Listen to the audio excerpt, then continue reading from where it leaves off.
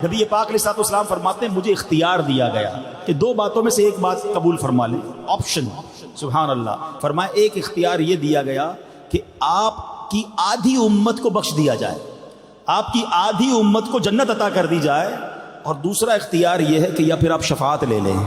نبی پاک فرماتے ہیں میں نے شفاعت کو قبول کر لیا۔ اس کا مطلب یہ ہوا فاخترت الشفاعہ لأنہا اعم واکفا، میں نے شفاعت کو اختیار کر لیا کیونکہ اس میں گنجائش زیادہ ہے، یعنی شفاعت کے ذریعے آدھی نہیں اپنی پوری امتی بخشوا لوں گا۔ پھر کہتے ہیں نبی پاک علیہ السلام فرماتے ہیں شفاعتی للہالکین من امتی، ایسا نہیں نبی پاک صرف نیکوکاروں کی شفاعت فرمائیں گے، میرے رضا کہتے ہیں نا کیا ہی ذوق افزا شفاعت ہے تمہاری واہ واہ، قرض لیتی ہے گناہ پرہیزگاری واہ واہ۔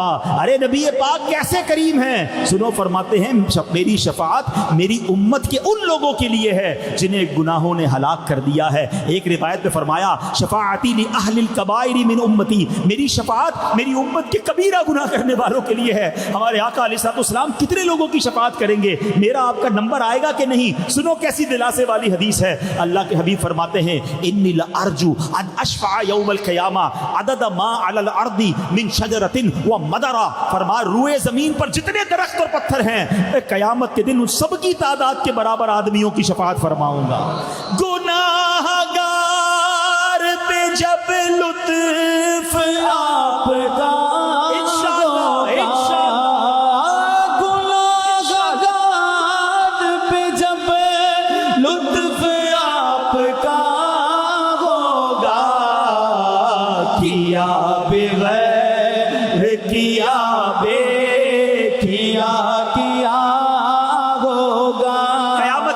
نبی پاک کی شان محبوبی دکھائی جائے گی کہ جو آقا فرمائیں گے وہ ہو رہا ہوگا، جس کی شفاعت فرمائیں گے اس کے لیے جنت کا آرڈر ہوگا۔ کیسی شان محبوبی دکھائی جائے گی؟ کیا لکھتے مولانا حسن رضا خان صاحب، جائے گی محشر میں شان محبوبی، سب دیکھیں گے انشاءاللہ، دکھائی جائے گی محشر میں شان محبوبی،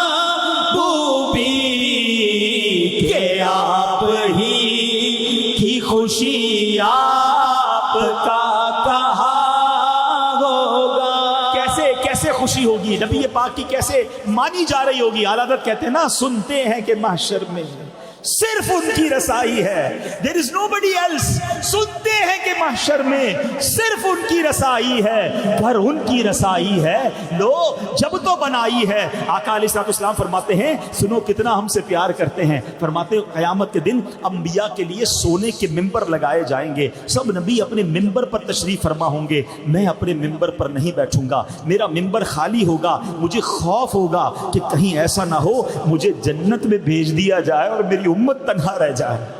آقا فرماتے میں عرض کروں گا اللہ کی بارگاہ میں یا ربی امتی، یا ربی امتی، اے رب رحمان میری امت میری امت۔